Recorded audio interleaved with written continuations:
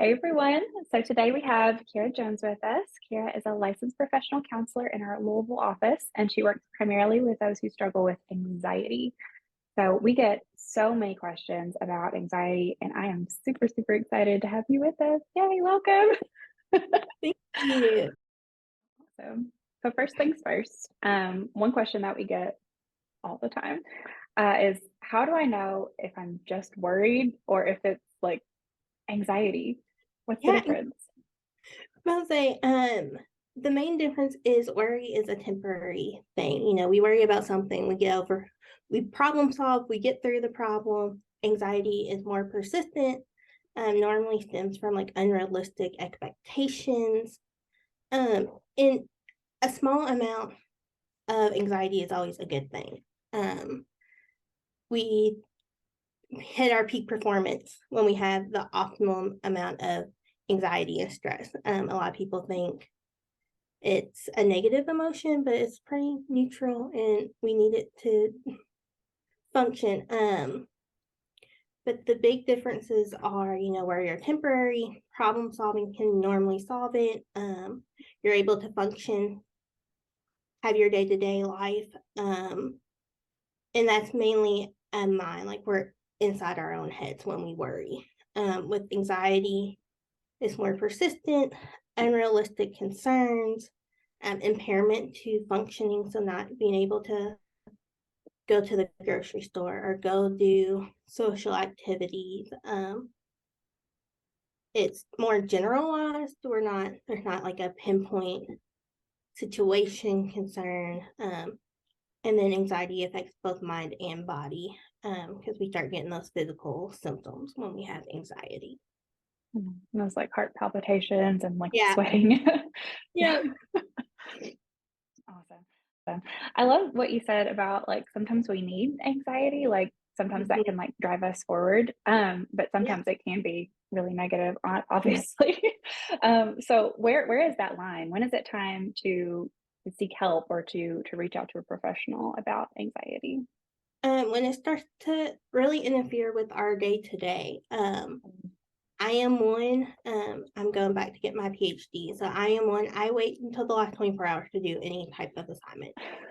Um, Same. and listen, and that stress and anxiety is what gets me to get it Mhm. done. Like we have papers and stuff due. I know they're due at beginning of April. They're like, "Oh, you need to start thinking about it." I'm like, "I'll think about it beginning of April, like end of March." But also knowing yourself, like I know that about myself, so Mhm. that's not a Mhm. concern where I need to go see somebody. But when it starts to interfere with our day to day, so not being able to go out and do certain activities, canceling plans constantly because of the social Mhm. aspect. If you're starting to feel isolated, is another big one.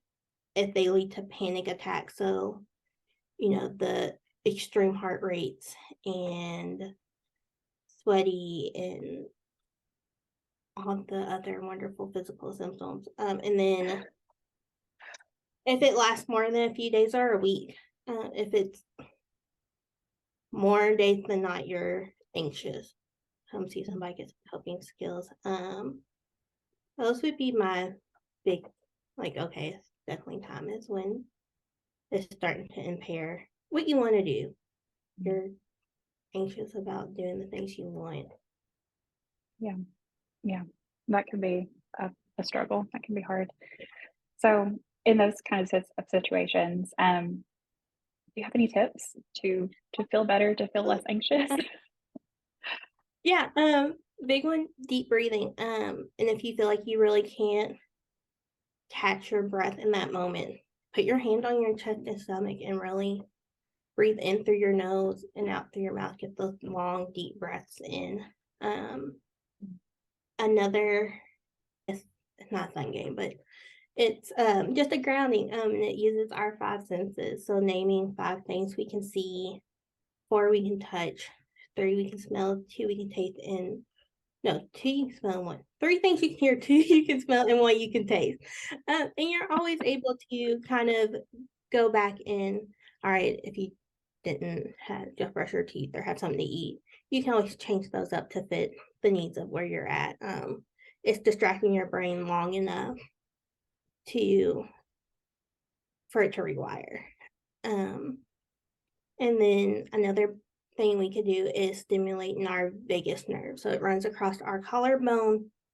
So like singing, chanting, humming, cold water to extremely cold water to the face stimulates it, and it helps lower our anxiety in our body. So Mm.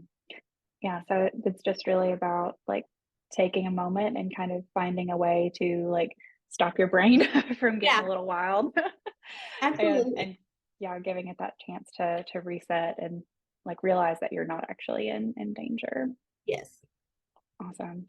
Yeah, I think that would be really, really helpful. I know when I feel anxious, I'm, like, doing the deep breathing, like, holding Yeah. it in and letting it out. Yep. Awesome. Thank you so much for answering all of our questions. I think that's super, super helpful, and I think that's gonna help a lot of people who are struggling with anxiety. And for those of you watching at home, if you are struggling, if you think maybe it's time to reach out and see a professional, I encourage you to give us a call here at Mindsight. You can talk to Kiera if you'd like. So you could do that by going online, where you can find us online at mindsightbehavioral.com, or you can just give our office a call. We're at 606-401-2966. We hope to hear from you. Thanks so much.